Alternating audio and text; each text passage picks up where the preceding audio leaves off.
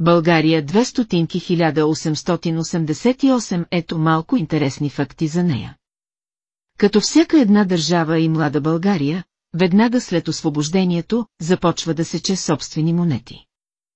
През 1888 се отсичат няколко наминала стотинки, които да заменят остарелите и скъпи медни монети, сечени през 1881. Така в пазара са пуснати стандартните 5, 10 и 20 стотинки, но също така и нестандартната монета от 2,1 стотинки. Това е монета, съответстваща на старото османско петъче, най-популярната сред населението монета до освобождението от 5 пари.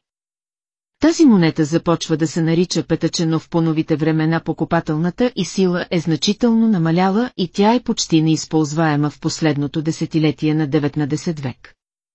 След нея в България повече никога не се сече подобен екзотичен наминал. Монетата от 2,1 стотинки има няколко вариации, различаващи се по дължината и дебелината на дробната черта. Монетата е сечена само и единствено в столицата на Белгия, Брюксел, в тираж от 11,6 милиона броя.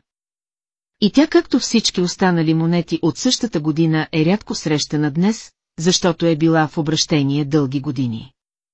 Следващите монети от 1 и 2 стотинки са сечени чак през 1901, а от 5,10 и 20 стотинки през 1906 година.